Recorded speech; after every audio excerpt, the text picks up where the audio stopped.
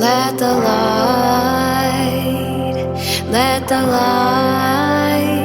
of your glory shine on us.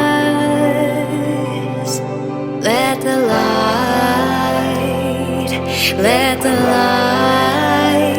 of your glory shine on us. Let the light of your glory shine on us.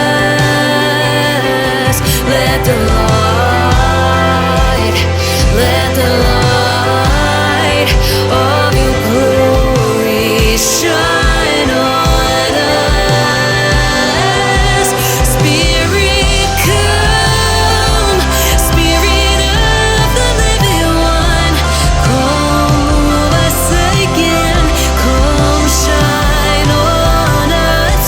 Spirit, come, we surrender to your touch, come move us again, come shine. Spirit, come, Spirit of the living one, come move us again, come shine on us. Spirit, come, we surrender to your touch, come move us again, come shine your light on us.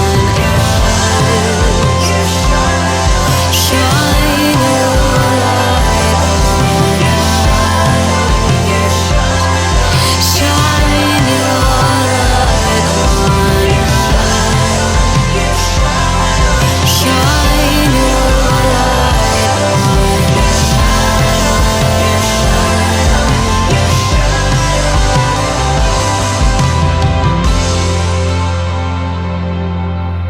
Years ago, when I became the pastor at Grace Point, I remember going through a really anxious and difficult time.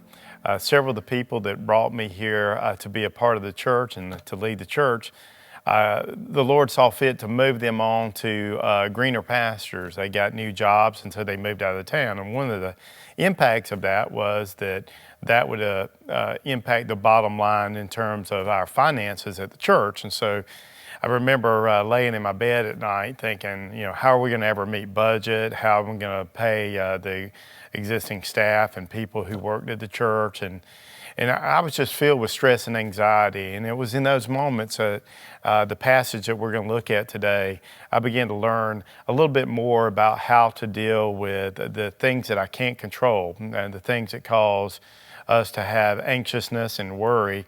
And so as I went through that process, I learned that, in those moments, you have to turn to God. Now, if you're like me, you've experienced those moments a lot in your life. Maybe it's when you were younger and you were getting ready to take this big exam and you need to pass it to pass the class and maybe move on to the next grade, or maybe it was the time that you were hoping to get this job or a promotion and you had just been praying and you just didn't know if God would open that door for you. Or maybe it's been in a medical situation where you were going to get tested maybe for a disease or something that's shown up in your life and you were worried about whether it was going to be a positive or negative result. Or even if you're a guy and you have to ask a girl out or eventually ask someone to marry you, you're anxious because you want the person to say yes. Or maybe it's just been here recently through this whole time with the coronavirus.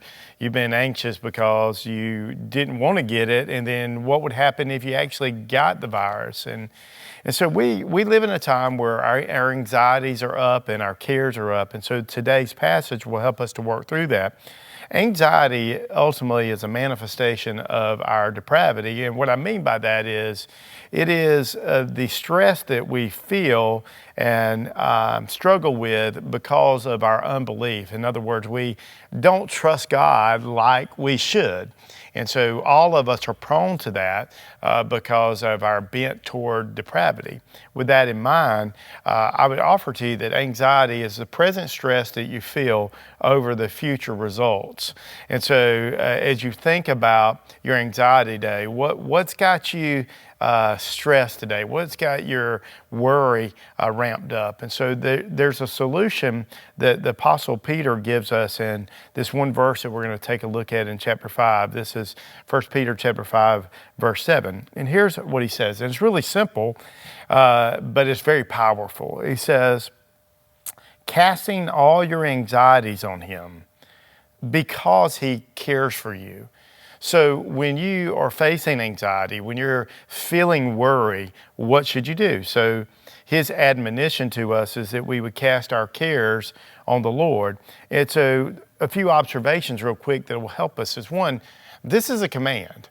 This is a must do. This is not optional for you as a believer.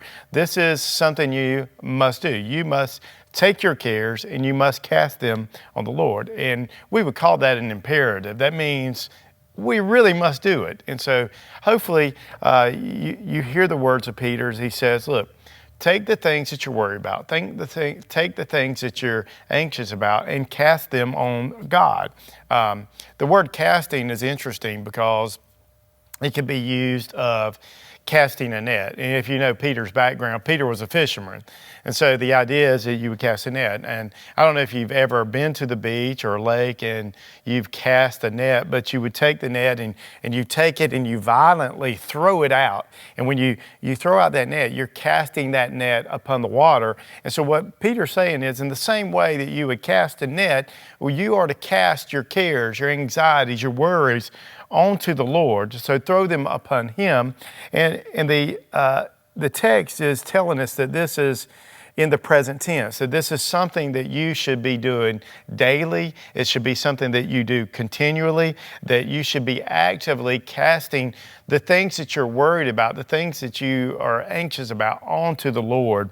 And this is how we admit to God that we are not in control. And we say, God, I'm going to trust you in my situation. I'm going to trust you with the outcomes. And so our cares and anxieties, and notice he says that they are anxieties, or if you're reading a different version, it may say cares. It's plural, meaning it's all of them. You have a lot of cares, you have a lot of worries, you're probably burdened with those. So you're going to take all of them, not just one of them, but you're going to take all of them and you cast them onto the Lord. How are you currently dealing with your stress and anxiety? For a lot of us, when we're struggling with this, we can try to drown out maybe our cares with some alcohol. So we'll drink and try to, see if we can drown them out, but they always swim and come back. Or maybe we try to cope with it through some sort of habit like eating, or maybe we just think if I go take a nap when I wake up, everything will change. I don't know how you, on a regular basis, deal with your anxieties and your cares, but I know a lot of times we get in unhealthy behaviors. We even try to manipulate relationships in order to deal with the things that are going on in our life. And so what Peter writes to us, I think he's writing to us to echo what Jesus said in Matthew chapter 6, verses 25 through 34. If you're not familiar with that passage, this is the passage that where Jesus is speaking on the Sermon on the Mount, and he says, therefore, I tell you, do not be anxious about your life, what you will eat, what you will drink, not about your body or what you will put on. Is life not more than food and the body more than clothing? He says, well, in that section of Scripture, you can go read it. He says, look at the birds. Then he says, look at the flowers. The birds, when you go outside and you watch that bird outside, one of the things that you should learn is that he only gets enough for that day. In other words, he lives his life as a bird, trusting that God will provide food for him. And the flower doesn't get up and worry about what it's going to put on for the day.